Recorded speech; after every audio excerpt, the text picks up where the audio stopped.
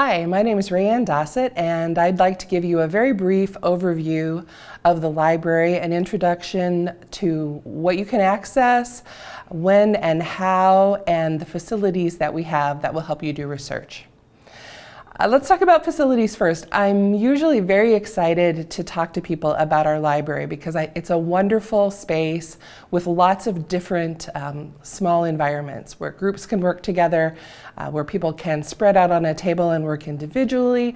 We have quiet spaces and not so quiet spaces, reservable study rooms, and other kinds of study carrels. So we have a lot of wonderful space. Unfortunately, because of the COVID outbreak right now, a lot of that space will not be available for you for the fall 2020 semester. I do want you to know about it though, because someday we are going to get back to normal and we hope that you can use the space then. So that's the bad news. Let me tell you what you can expect a little bit more for fall. We're going to have shorter hours than we usually would. We're going to be open 8 to 5, Monday through Friday.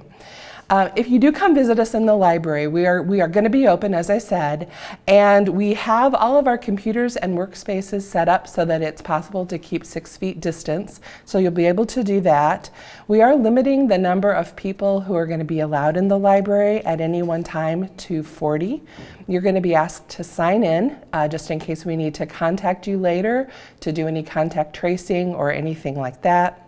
Our upper floor, which includes our book stacks, is not going to be accessible. So you're going to have to either online or in person request materials to be brought down that you'll then pick up on our main floor at our main desk.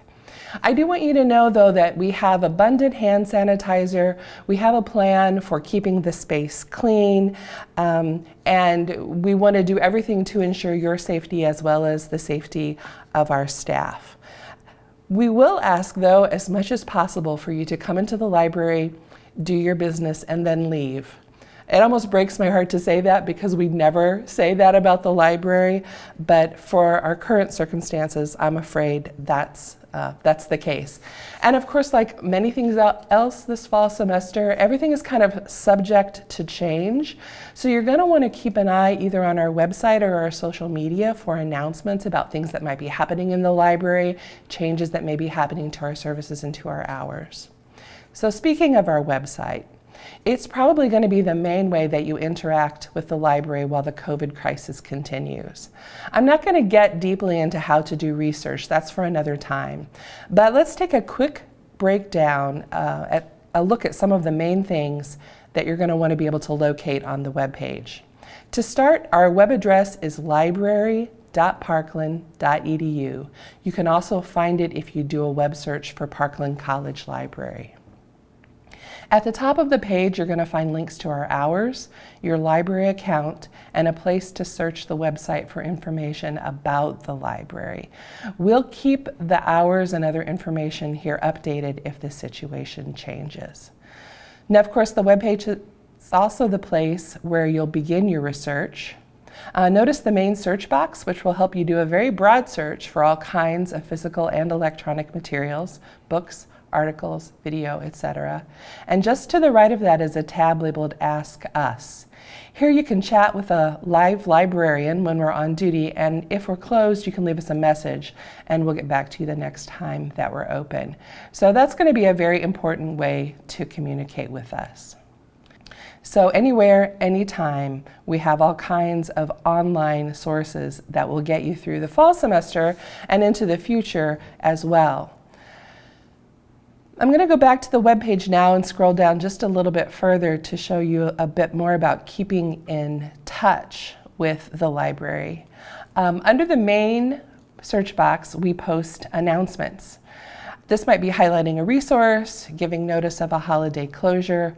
You might see lots of things there. In the event we have to react to COVID or some other crisis, this is probably the first place we'll post information.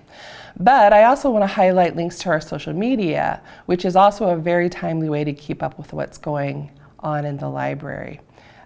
Closing announcements, service announcements, and just general library tips, we always put these on Facebook and Instagram.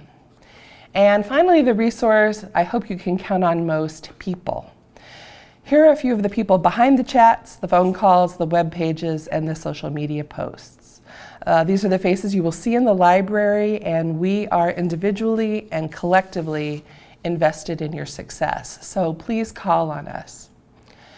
We hope to be able to welcome you back into the library physically in a more robust way soon. But until then, I hope you will be in touch in some of the ways I've mentioned.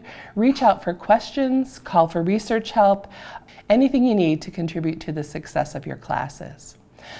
I personally will be working from home most days, but I am available when I do that. I can arrange for chats, video conferencing, we can trade email back and forth, I will talk to you on the phone. I can get physical items and put them on hold for you to come pick up at the library. So basically anything that I can do. I'm also happy to set up appointments to work with people outside that 8 to 5 window when the library is officially open, because I know that might not work for some of you. And I'm very happy to do that. So email me to set up an appointment. That's all I want to say today. Thank you so much for your time, and I want to wish you the best of luck in your career here at Parkland and in this upcoming semester.